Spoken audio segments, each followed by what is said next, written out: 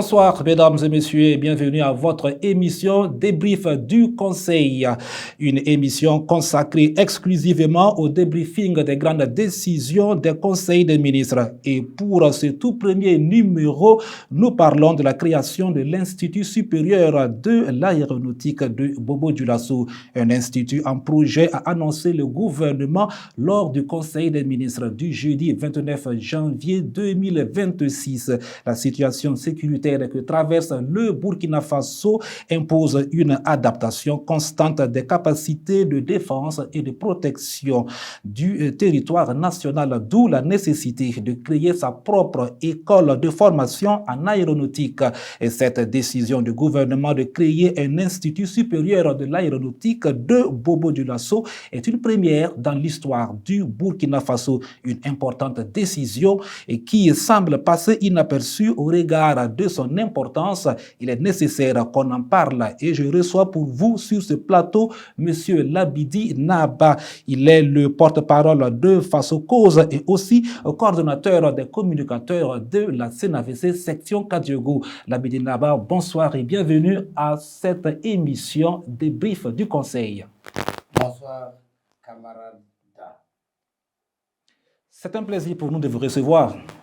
Le plaisir, il est tout grand chez moi parce que vous m'avez donné le privilège justement de cette première émission qui, comme vous l'avez dit à l'entame, va justement s'occuper des grandes décisions des conseils de ministres. Je vous avoue que vous aurez beaucoup à faire parce qu'aujourd'hui, le conseil de ministres n'est plus un théâtre, voilà, c'est un théâtre vraiment de production, de propositions, de grandes idées. Oui, de grandes idées, de grandes initiatives, et eu égard aussi au pragmatisme de la gouvernance, c'est un chantier vaste que vous allez justement, que vous touchez et vous ne chômerez pas.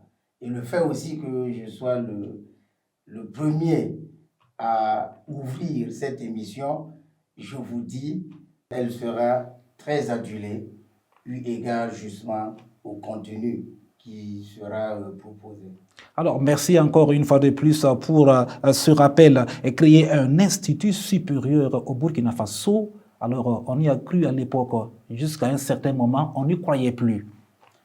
Oui, vous savez, c'est pourquoi les gouvernances pragmatiques que nous enregistrons uniquement dans les pouvoirs révolutionnaires, c'est-à-dire les pouvoirs portés par les peuples, les pouvoirs qui justement ont une vision pour répondre aux aspirations profondes des peuples, sont des pouvoirs, comme je le dis, qui s'engagent sur des projets structurants, des projets qui apportent véritablement la transformation structurelle profonde de l'État, de la société, pour la postérité.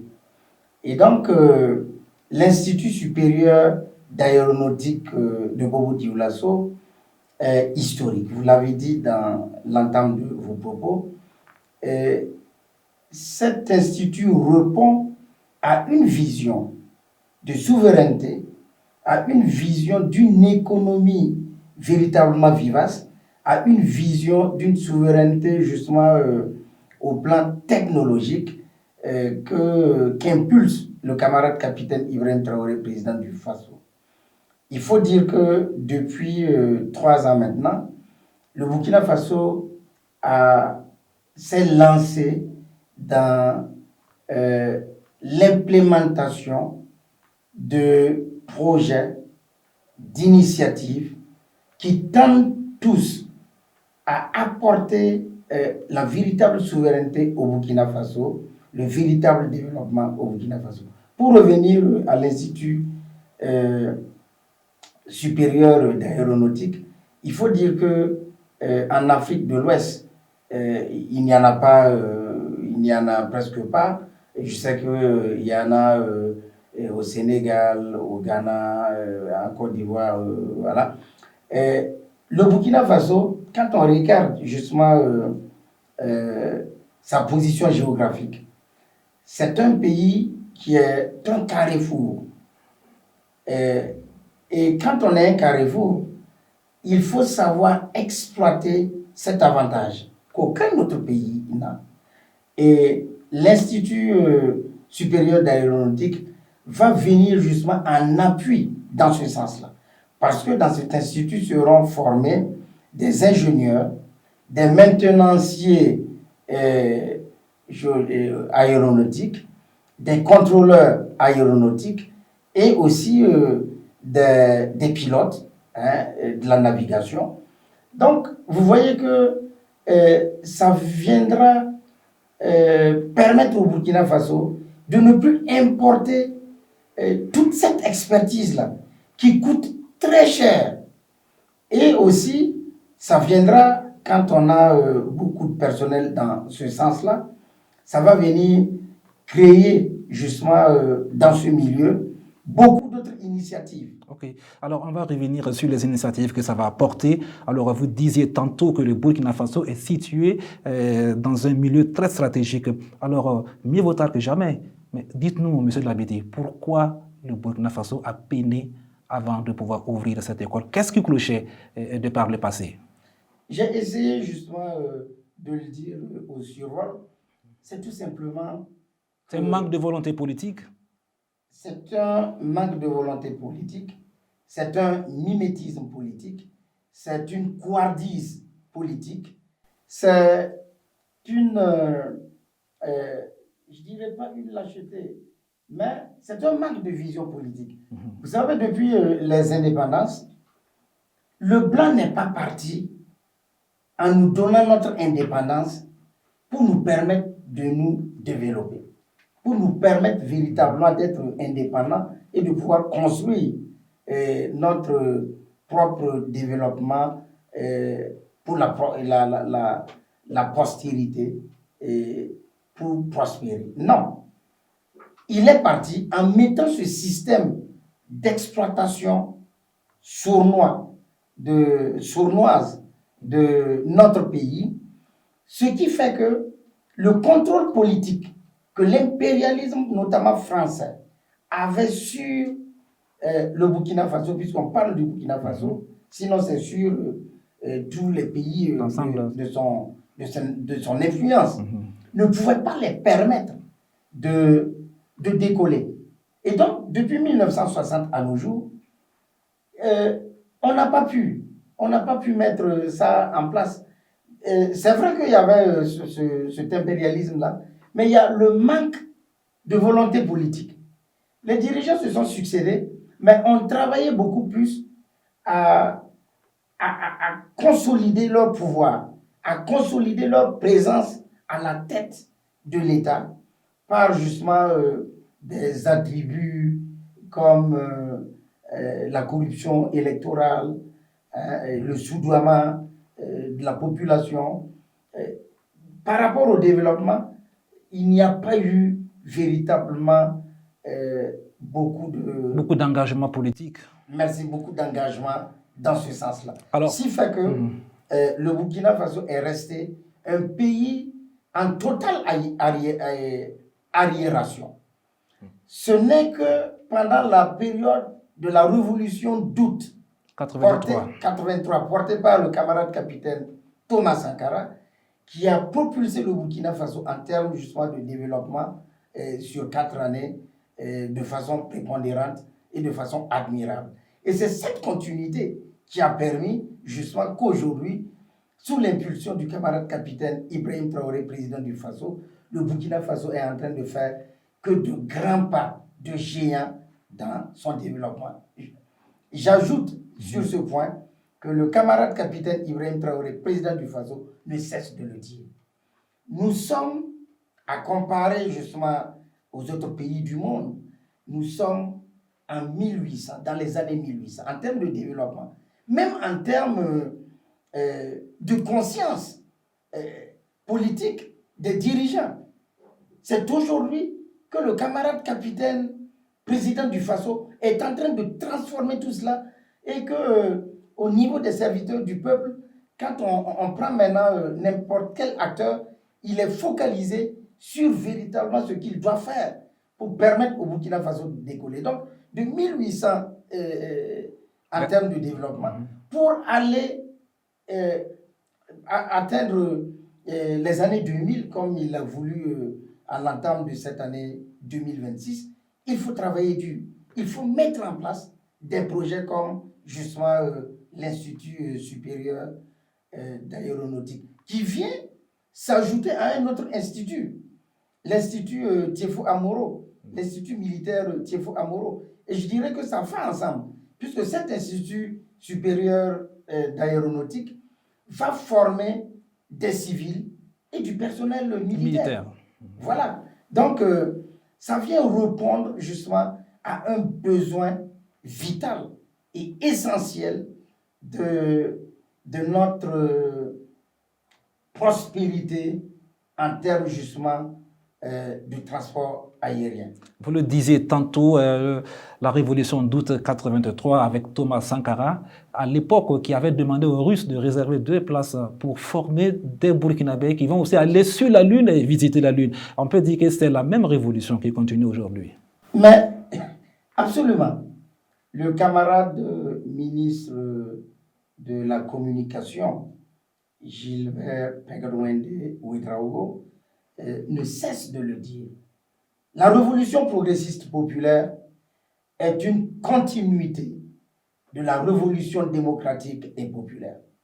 Et quand on regarde dans les faits, quand on regarde dans le type de gouvernance, on regarde dans la vision apportée aujourd'hui par l'équipe justement autour du camarade président du Faso, c'est une continuité. Okay.